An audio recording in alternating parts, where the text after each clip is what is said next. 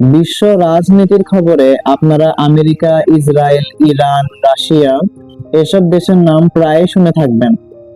কিন্তু এসব দেশ ছাড়াও অন্যান্য যে বড় দেশগুলো রয়েছে, যেমন অস্ট্রেলিয়া, নিউজিল্যান্ড, কানাডা, সুইজারল্যান্ড, এসব দেশের নাম আপনারা হয়তো কখনো গ্লোবাল পলিটিক্স এর নিউজে সেরকম দেখবেন না, বা এসব দেশ কখনো কোনো যুদ্ধে জড়ায় না।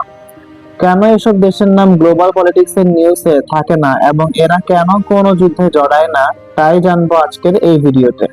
রাজনীতি এবং উন্নত সামরিক শক্তি থাকা সত্ত্বেও এসব দেশ গ্লোবাল পলিটিক্সে তুলনামূলক শান্ত এবং যুদ্ধে না জড়ানোর মূলত 5টি কারণ রয়েছে।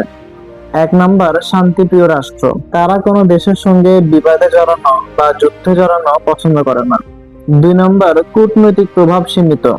জাতিসংঘ বা অন্যান্য আন্তর্জাতিক সংস্থায় এসব দেশের শক্তি খুবই সীমিত। 3 নাম্বার, ভৌগোলিক অবস্থান।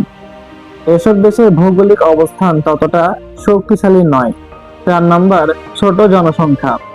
যে দেশে জনসংখ্যা কম সে দেশ গ্লোবাল পলিটিক্সে তেমন সক্রিয় থাকে না। 5 নাম্বার, সামরিক এবং নিরাপত্তা প্রভাব। এসব দেশের সামরিক এবং নিরাপত্তা প্রভাব অন্যান্য সুপার পাওয়ার দেশগুলোর তুলনায় খুবই কম। তাই এসব দেশ সহজে কোনো দেশের সঙ্গে যুদ্ধে জড়ায় না। তাই আমেরিকা, রাশিয়া, ইরান, ইসরায়েলের মতো এসব দেশ গ্লোবাল পলিটিক্সে শিরোনাম হয় না। ধন্যবাদ।